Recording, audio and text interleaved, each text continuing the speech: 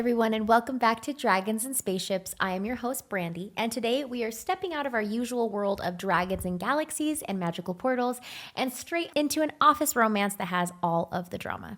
Today we are talking about The Hating Game by Sally Thorne. This book has one of the juiciest enemies to lovers rivalries I've ever read. It's witty, it's fun, it's frustrating in the best way, and yes, it'll make you wish you worked across from your own hot nemesis at a publishing company. So grab your coffee, or if you're Lucy Hutton, probably something sugary and colorful, and do this. But before we dive fully in, let's take a look at a trending book this week on Book Talk. This week's trending pick is The Summer I Turned Pretty by Jenny Han.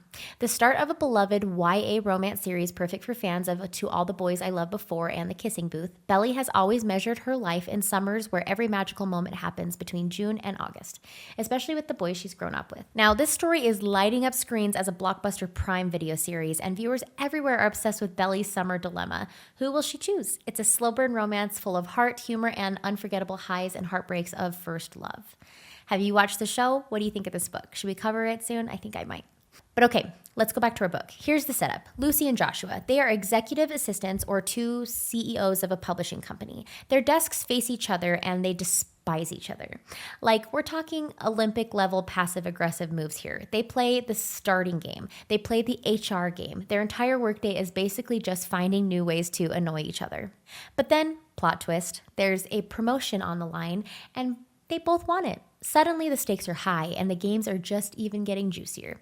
But here's the kicker. Somewhere between the insults, the tension, and the paintball outing, yes, paintball, they start realizing maybe this isn't hate, maybe this is something else.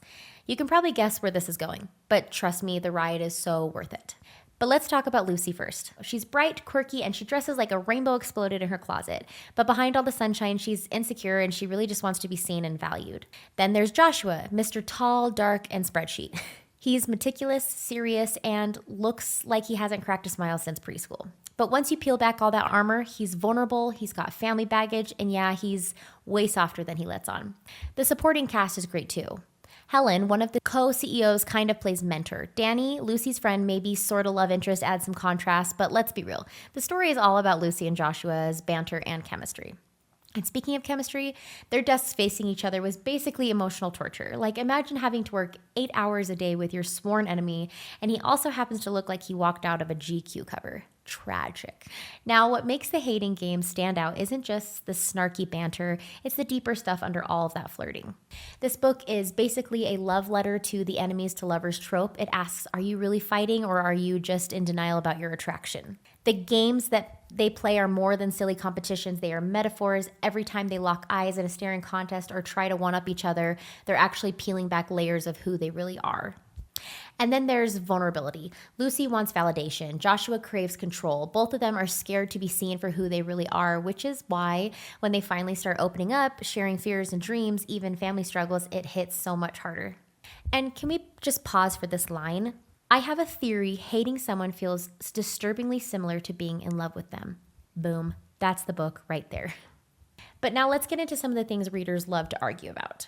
First, the speed of their emotional shift. Some people say, wait, they went from enemies to kissing way too fast. Others are like, nope, that's exactly the delicious payoff we're waiting for. Second, the workplace dynamics. On one hand, it's fun and flirty. On the other hand, HR would not be okay with half of this. But hey, it's fiction.